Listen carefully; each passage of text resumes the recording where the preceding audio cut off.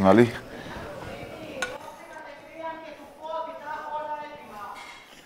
Με τα πρώτα και θα του μου πω Φώτης, δεν περίμενα να το βάλουμε όλο.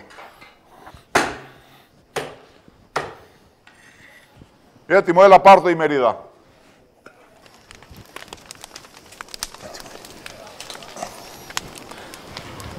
Έτοιμο, πάμε.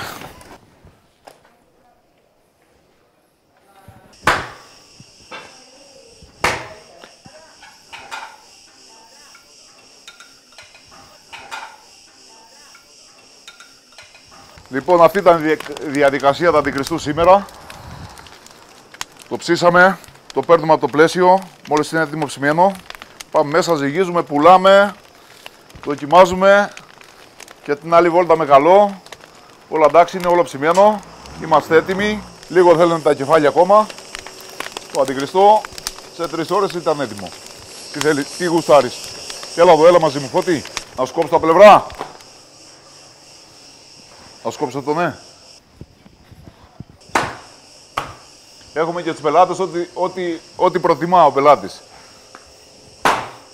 Αλλά το πιο δύσκολο από όλα τη διαδικασία είναι το κόψιμο του αντικριστού, γιατί είναι πάρα πολύ ζεστό και πετάτε και σε ψήνει.